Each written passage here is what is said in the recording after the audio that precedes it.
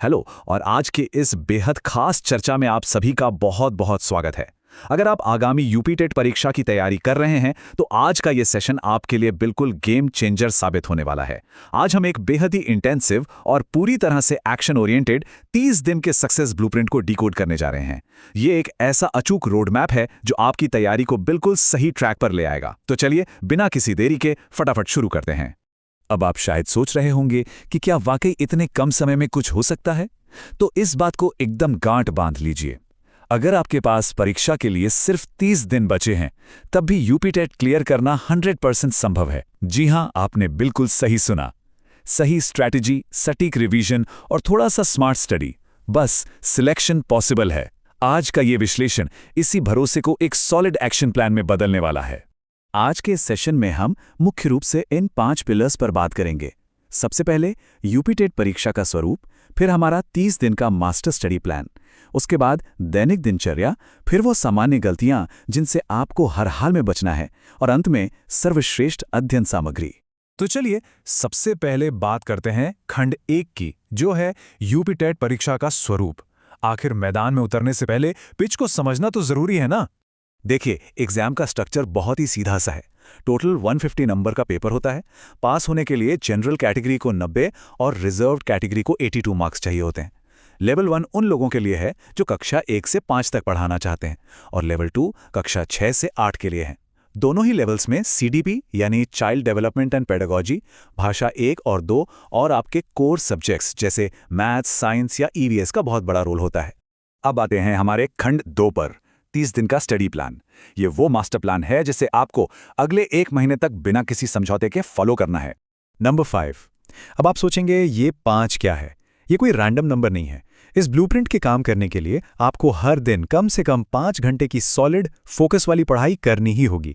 ये समझ लीजिए कि ये हमारी मिनिमम रिक्वायरमेंट है।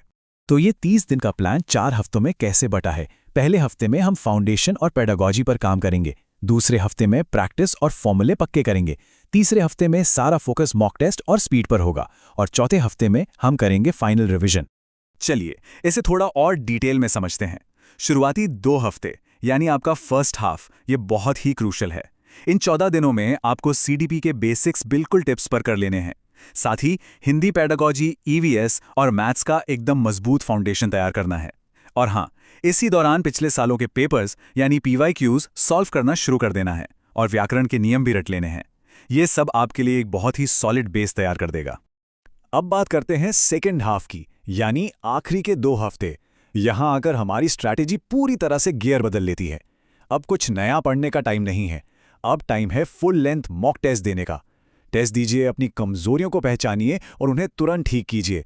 टाइम मैनेजमेंट पर काम कीजिए। जितने भी इंपॉर्टेंट एमसीक्यूज हैं उनका फटाफट रिवीजन कीजिए, और जो आखिरी 7 दिन बचेंगे वो पूरी तरह से एग्जाम डे के प्रेशर को हैंडल करने और फाइनल टच देने के लिए होंगे। आगे बढ़ते हैं खंड 3 की तरफ, दैनिक दिनचर्या और प्राथमिकता। हमने 30 दिन का बड़ा प्लान तो देख लिया, लेकिन हर एक दिन कैसा दिखना चाहिए? आपका डेली रूटीन कुछ ऐसा होना चाहिए। सुबह सुबह जब आपका दिमाग बिल्कुल फ्रेश होता है तब रिवीजन कीजिए। दोपहर का समय थ्योरी को गहराई से पढ़ने के लिए रखिए। फिर शाम को जो पढ़ा है उस पर एमसीक्यू सॉल्व कीजिए, और रात को सोने से पहले पूरे दिन जो भी पढ़ा है उसका एक क्विक रिवीजन जरूर कीजिए। ये रूटीन आपकी मेंटल एनर्जी को एकदम सही तरीके से इस्तेमाल करता है। अब एक बहुत ही इंपॉर्टेंट बात, सब्जेक्ट प्रायोरिटी। अगर आपको तेजी से अपना स्कोर बढ़ाना है तो सीडीपी और आपकी दोनों भाषाएं जैसे हिंदी या संस्कृत, ये आपके ब्रह्मास्त्र हैं। ये बहुत स्कोरिंग होते हैं। इसके बाद ईवीएस और फिर मैथ्स या साइंस पर फोकस कीजिए। अगर आपने शुरू के 3 सब्जेक्ट्स पर अच्छी पकड़ बना ली तो आपका ओवरऑल स्कोर रॉकेट की तरह ऊपर जाएगा। चलिए अब आते हैं खंड 4 पर, सामान्य गलतियां और बचाव। मेहनत तो सभी करते हैं, लेकिन कुछ छोटी छोटी गलतियां पूरा खेल बिगाड़ सकती हैं।